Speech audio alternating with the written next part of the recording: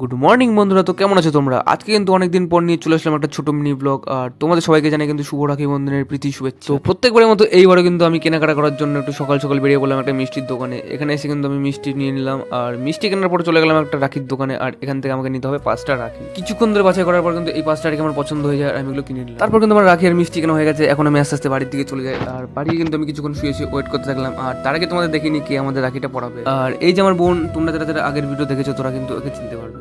আর এখানে সব কিছু কিন্তু গোছানো হয়ে গেছে, আর এখন আমরা বসে পড়বো। আর ওই যে আমার বোন, ও কিন্তু এখন রেডি হয়ে আসবে, তারপর আমাদের সবাইকে রাখিটা পরাবে। আর এরপরে বাড়ি পড়েছিল, মানে আমি কিন্তু বসে বললাম রাখি পড়ার জন্য। আর আমার বোন কিন্তু এখন যথেষ্ট ছোটো, তাই ও ঠিকভাবে কিছু করতে পারছিল না, আর কাকে ওকে হেল্প করছিল। আর ভিডিওটা কিন্তু অনেকটা লং হয়ে যাচ্ছিলো বলে কিন্তু আমি তোমাদের ছোটো ছোটো পাঠ করে দেখাচ্ছি। আর তোমরা কারা কারা রাখি পড়লে তারা কিন্তু কমেন্টে জানাতে ভুলবে না।